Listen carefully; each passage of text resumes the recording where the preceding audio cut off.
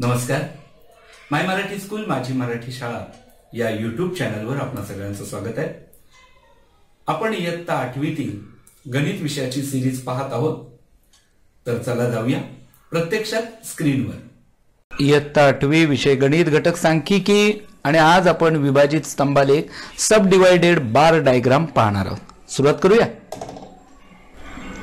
जाणून घेऊया.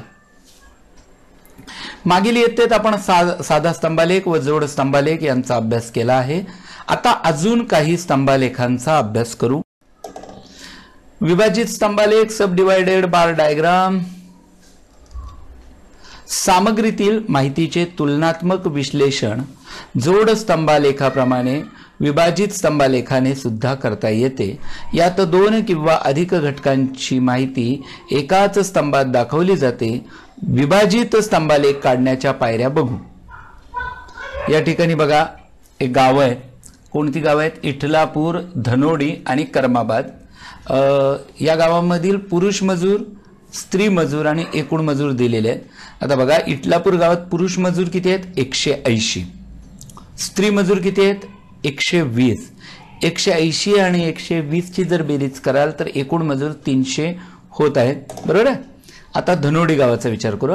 धनोडी गावात पुरुष मजूर आहेत 80, स्त्री मजूर आहेत 40. 80 आणि 40 ची बेरीज केली तर एकूण मजूर होतात 120. बरोबर आहे. कर्माबादचा विचार करू. पुरुष मजूर किती आहेत? 100. स्त्री मजूर किती आहेत? 60. या दोघांची बेरीज केली तर एकूण मजूर होतात 160. आलं लक्षात. आता प्रत्यक्षात आपल्याला आलेख काढायचा आहे. सर्वप्रथम बघा या ठिकाणी तुम्हाला आलेख कागद दिसतोय. आपण एक्स अक्ष आणि वाय अक्ष काढून घेतो. हा एक्स अक्ष आहे, आडवा जो अक्ष आहे तो एक्स असतो, हा उभा अक्ष आहे, हा वाय अक्ष आहे. बरोबर आहे. आता या ठिकाणी बघा गावांची नावं आपण या एक्स अक्षावर लिहू. एक ठराविक अंतर घेऊया, समान अंतर, आणि त्याच्यावर गावांची नावं लिहून घेऊया. बघा मी 3 सेंटीमीटर झाल्यानंतर या ठिकाणी पहिल्या गावाचं नाव लिहितोय. गावाचं नाव आहे इटलापूर. बरोबर आहे. त्यानंतर पुन्हा 3 सेंटीमीटरवर धनोडी, त्यानंतर पुन्हा 3 सेंटीमीटरवर कर्माबाद. ठीक आहे. आता इकडे बघा हा जो वाय अक्ष आहे ना त्याच्यावर आपल्याला मजुरांची संख्या लिहायची. ती कशी लिहायची? तर प्रमाण वाय अक्षावर कसं असणार आहे? 1 सेंटीमीटर बरोबर 40 मजूर. या ठिकाणी बघा सेंटीमीटरच्या गुणा इथे 1, 2, 3, 4 हे सेंटीमीटर आहेत ना. तर याच्यामध्ये वाय अक्षावर 1 सेंटीमीटर बरोबर 40 मजूर असतील. आणि पुरुषांची जी संख्या ते ह्या निळ्या रंगामध्ये आपण रंगवणार आहोत आणि स्त्रिया जे आहेत ते पांढरा. तर ठीक आहे, पहिल्यांदा आपण हे आकडेवारी लिहूया. बघा 40 मजूर, नंतर पुढच्या याच्यावर 80, 120, 160, 200, 240, 280 आणि 320. म्हणजे काय आपण 40 ने वाढवत गेले, पुढे जाऊ शकतो, परंतु जास्तीत जास्त मजुरांची संख्या ही 300 आहे म्हणून मी 320 पर्यंत या ठिकाणी खुणा केलेल्या आहेत. आता याच्यानंतर काय पाहिजे आहे बघा. इटलापूरमध्ये पुरुष आणि स्त्री मजूर, पुरुष किती आहेत? 180, स्त्री 120. बरोबर आहे ना. या दोघांची बेरीज केली तर किती होते? 300. म्हणजे या ठिकाणी 300 कुठे आहे बघा, हे या ठिकाणी 40 आहे, इथे 80. म्हणजे ही जी मध्ये आहे ना इथे किती होणार आहेत? 60 होणार ना. 40, 60, 80, पुन्हा इथे 100, पुन्हा इथे 120. म्हणजे ही जी मधल्या रेष आहेत ना, या ठळक दिसते ना ही मधली रेष, इथे किती असणार आहेत? इथे 0 पासून इथे 20 आहेत.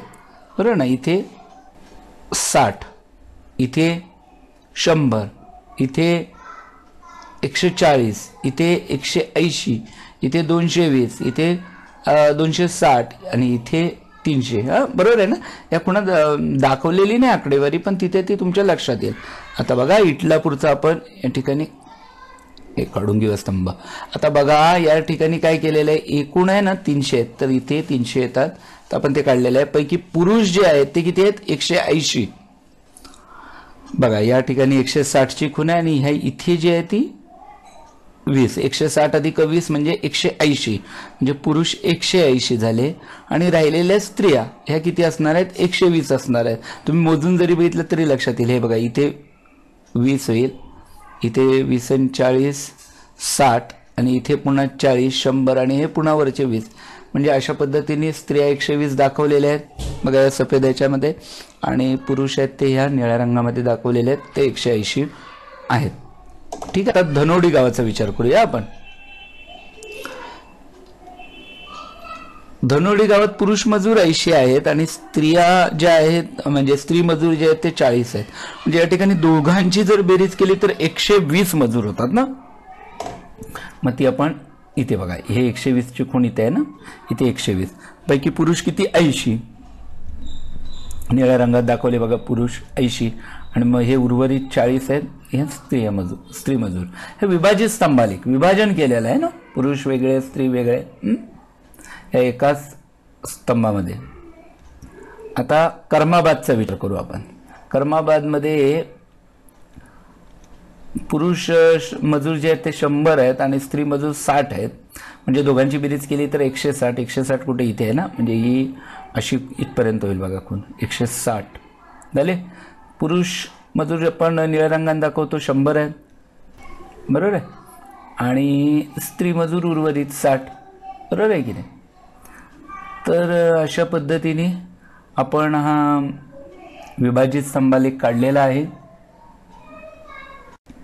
धन्यवाद. व्हिडिओ जर आपल्याला आवडला तर माय मराठी स्कूल माझी मराठी शाळा या यूट्यूब चॅनलला जरूर लाईक शेअर कमेंट सबस्क्राईब करा आणि जे बेलचा आयकॉन आहे त्यालाही क्लिक करा, जेणेकरून मी अपलोड केलेल्या व्हिडिओंचे नोटिफिकेशन तुमच्यापर्यंत पोहोचतील. धन्यवाद.